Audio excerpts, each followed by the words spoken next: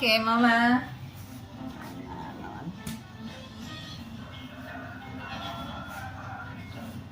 Hindi, ano ba po na dapat grabe na da.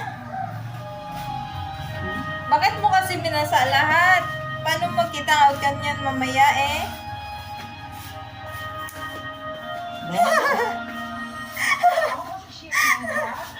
Direktora ng Kaugalian ng Maynila. Maraming salamat sa PCSO sa panguna po ng ating mahal na General Manager na si Mel Robles. And of course, sa ating mahal na Pangulo na si Ferdinand Marcos Jr. Maraming salamat po sa pagbibigay po ng lahat ng mga medical devices na ito. Maraming salamat po sa pagbibigay nitong mga community aid and at the same time mga medical devices. Marami pong matutulungan po sa Na, ano man. Daroon ka na lang. Daroon kay Kwan ba? May pangadaan ako kwarta na ano man. Nga, Adri ka lang sa balay. Stay at home kung si Papang pa. Na mo na dapat. Hmm? Kulang ka sa sarap.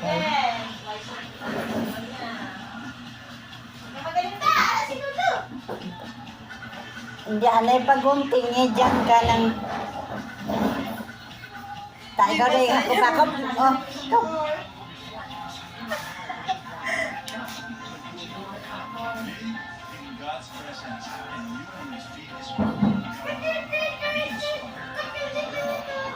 O, di na nga siya kayo. Wala niya, oh?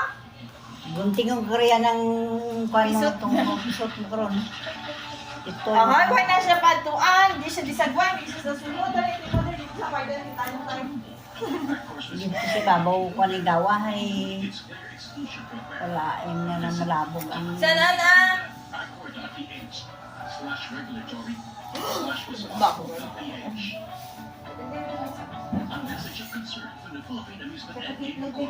May nan. Ang mga kwento sa likod ng bawat reklamo. Hindi ba yung intervention natin? Ito ginagawa mo. Bawat kaso sasagulat. At para may matutunan tayong mahalagang leksyon dito sa Wanted, ang serye. Ay, di na.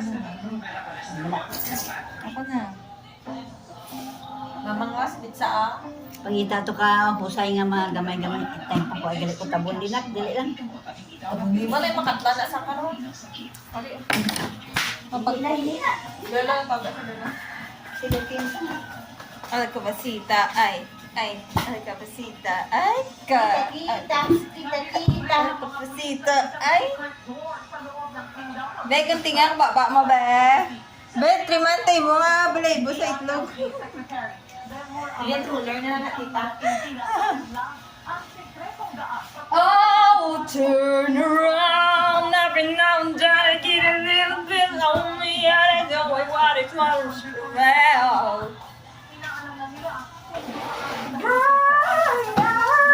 Ariyo. Hindi naman yan, ano.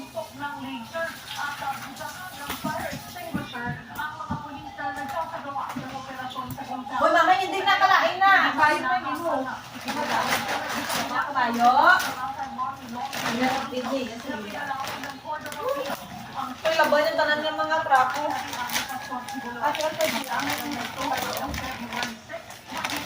Does it look so right in the video?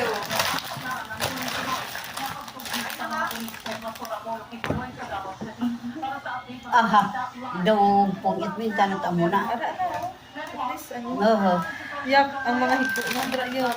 Ay sana pinikot na akong lamisada para sa kanang imuda nga. Paano mo naman nasabi? Ano mo lang habunan niya trapo ko ng habon magtrapo ko.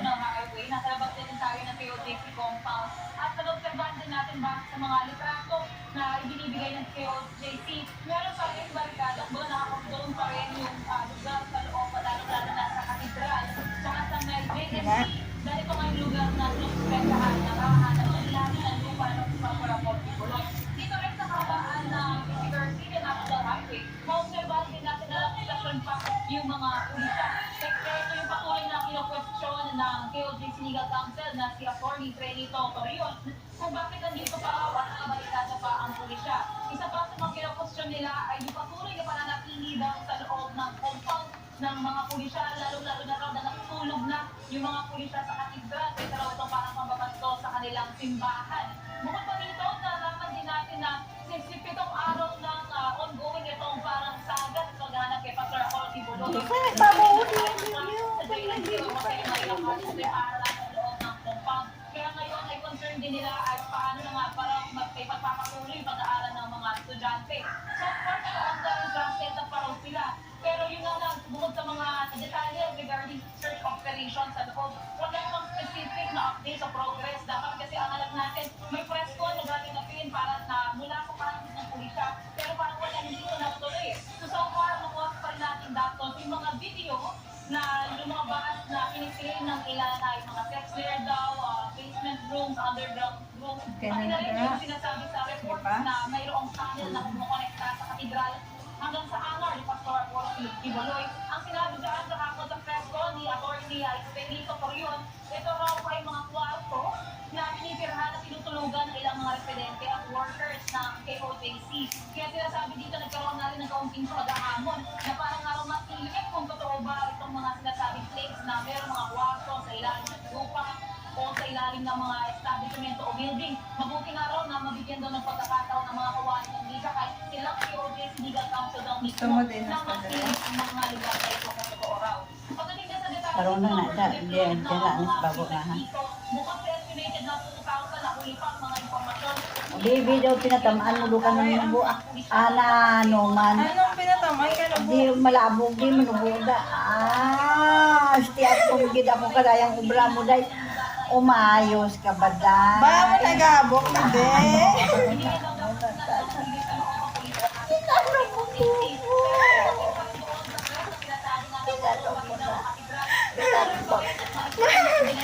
Di ba? Ano manan? Oo, amo na nakalabog ana. I-maintain mo ang manika labog ang nabilin da siya kwan ha.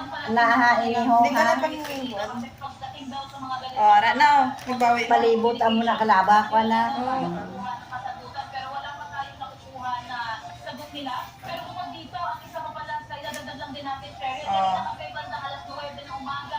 May isang miyembro na KOJC na tumayo sa gate. Malabog na na. Malapit papunta doon sa kanilang dome at inanunsyo na meron pa raw pinasok na plastic container kapag daw itong malaki na hindi rin daw nila pinasilip sa mga KOJC o pinadaan sa scanner.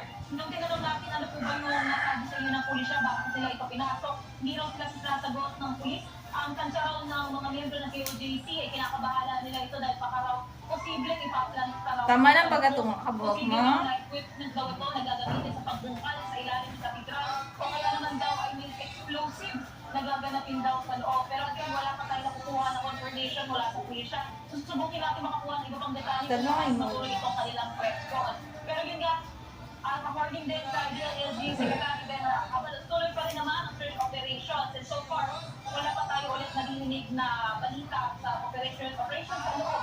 Bukod na lang doon sa concern ng KOJC na may mga pinapasok pa rin na karoon na hindi nila nasisilip o nalalakaman kung ano ang nasa loob nito. Sherry. May balita rin na magdaragdag daw ng mga sundalo riyan. Totoo ba ito? Sherry, nasa makasit kasi natin sa paligid, ang nakita pa lang natin dito ay mga pulis na nakakamuflage na kasuotan. So, tinanong kasi natin kung ngayong araw na ito na meron na bang mga dineploy na militar. Yung mga nakakamuflage ba na nakita natin kanina o sa mga ilipapas na araw ay sundakalo. Ang nasabi sa atin na pagtanungan natin, ano po ba yung biget na sinasakyan nila? So, nabanggit natin, nakita kasi natin sila nakasakay sa mga police mobile. So, sila raw ay mga pulisya na nakakamuflage lamang. Pero pagdating sa kung sino-sino nga ba yung mga unit o task forces na nasa loob ngayon ng compound o kung meron pang ipapadala sa loob Ang tawa daw. na mga detalye na ito ay hindi sa atin na i-disclose at Ito bangi ano tanaon mo eh. Gigi. Ka man natin. Ari-ari pa malada mo di on. Pantay diyan. kung ano na ba ang kumusta na ba may kahahantungan na ba itong 7 araw na lumilipas na sa paghahanap kay Pastor Apollo Tibuloy. Ang nasabi nila sa atin, wala sila may ibibigay na timeline at hindi rin daw nila kayang magbigay ng timeline basta tuloy-tuloy ang paghahanap kay Pastor Apollo Tibuloy. Di niya tong Maraming salamat mo, Pastor. Raymond Reyes. Okay na. Tara muna. Dirita na sa ibabaw. Hay malabog ho. Constant ang kwan mo sinang pattern, abi. Kung ano kalabog na dira. Diin, hindi na tong... Kay Pastor Apollo Tibuloy. Abay, nagdagan na ang mga direktor na pulis po sa POJC Compound. Husaya tanan lang palibot. Habang patuloy po yung ginagawa po natin Kay karon hindi na mag... ay nagdagdag po tayo ng PNP personnel dyan dahil kailangan din po natin palitan yung mga pulis po natin sa loob at labas. Pero Diyan sa ibabaw ay ta na mabuhina na di ho. Dira ho. Kay kung ano kalabog na dira, amo mo na kalabog dire.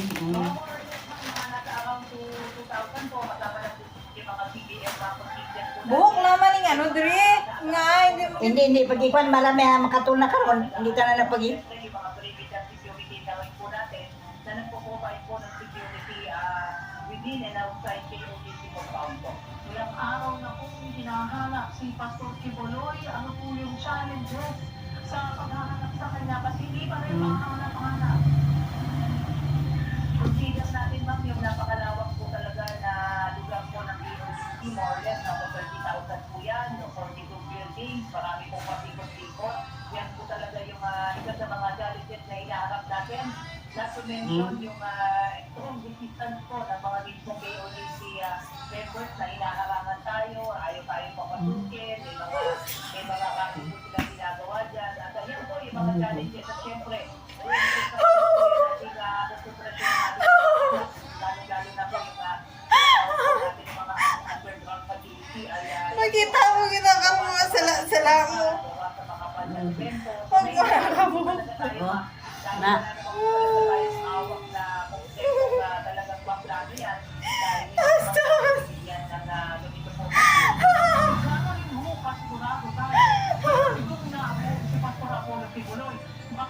Wa internet buhit lain niya ginabuhinan mo karo cry pa eh.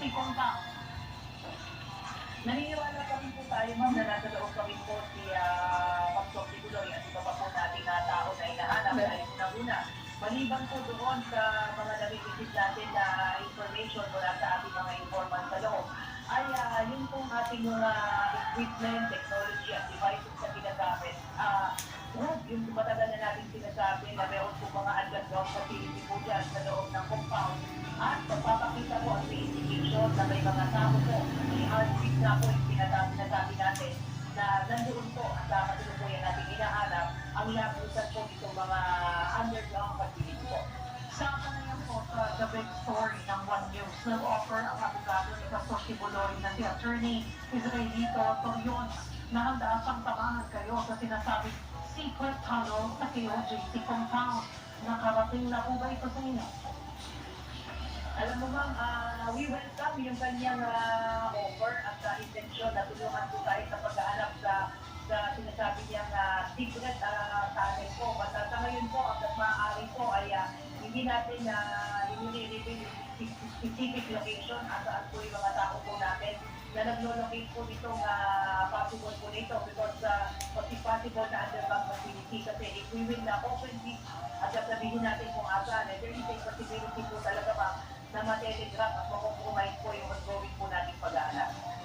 Ay, nada si Camilo. Colonel Pamardo, yung pagtawag ni Lieutenant Colonel Kofi Espinido ng largest organized crime group sa PNP. Paano po ito naka-apekto sa imahe ng mga polis? Kamusta po ang moral ng mga polis? Unang-una ma'am ay siyempre attempted po yung lahat po ng miyembro ng PNP sa ginawa pong pananalita po at binigay po ng statement kaya Colonel Espinido dahil sinabi po niya na ang PNP ay isang malaking organized crime group. Ang sinasabi na natin, ang organized crime group ay binigay para lang sa isang intensyon at purpose ay to commit crime at hindi yan ang intensyon kung bakit iniit po ang PNP. Bagamat aware po tayo at ina-acknowledge natin na may mga pulis na tiwali, may mga pulis na gumagawa ng masama, but hindi po yan ang norm po sa loob ng PNP. Majority pa rin po ng miyembro po ng PNP ay matitino at tatapat sa kanilang mga tungkulin at dahil sa mga sinabi niya ay kawawa din naman at ang tiyak po sa mga pulis na patuloy na tumutupad na tapat sa kanilang tungkulin. Ibinulad din po ni Espinido yung quota at Namin ka. sa war on drugs noong nakaraang administrasyon. Ano po ang reaction mo on this? Nabotang. Pero ang sabi nga po natin dyan, kung siya ay may personal knowledge about ito sa sinasabi niyang reward at quota system, ay it would be best for him to translate this into evidence para matulungan po natin siya na maisampa ito mga bago po nito. May mga binanggit po siya mga aktibo at regaladong pulis. Bigyan po po ng pagkakataon yung mga binanggit po niya na tao na ipagtanggol din po yung kanilang mga sarili. But on the part of the PNP, like I said, hindi po ito Yan ang tungsay mo. policy at kung meron na po na makakapagsabi at makakapagpatunay na may mga ganito po talaga mangyayari, ay bukas po tayo. We want to institute reforms within the PNP at bukas po tayo sa mga ganito po na statement at mabibigyan po ito ng linaw kung meron po tayong patibayan na may ibibigay po at may share sa PNP para maimbestigahan po ito. May action po ba ang PNP dito po sa mga aligasyong ito? With po man, dahil nga po sa mga sinabi po niya, Malabo rin na labog pa din. appreciation is one thing, hope is another thing. Kung sabi ko nga, kung meron po siyang personal knowledge, meron siyang evidensyang hawak, ay Wala lang, ha? makikita po siya sa PNP Wala. para ay pagsapak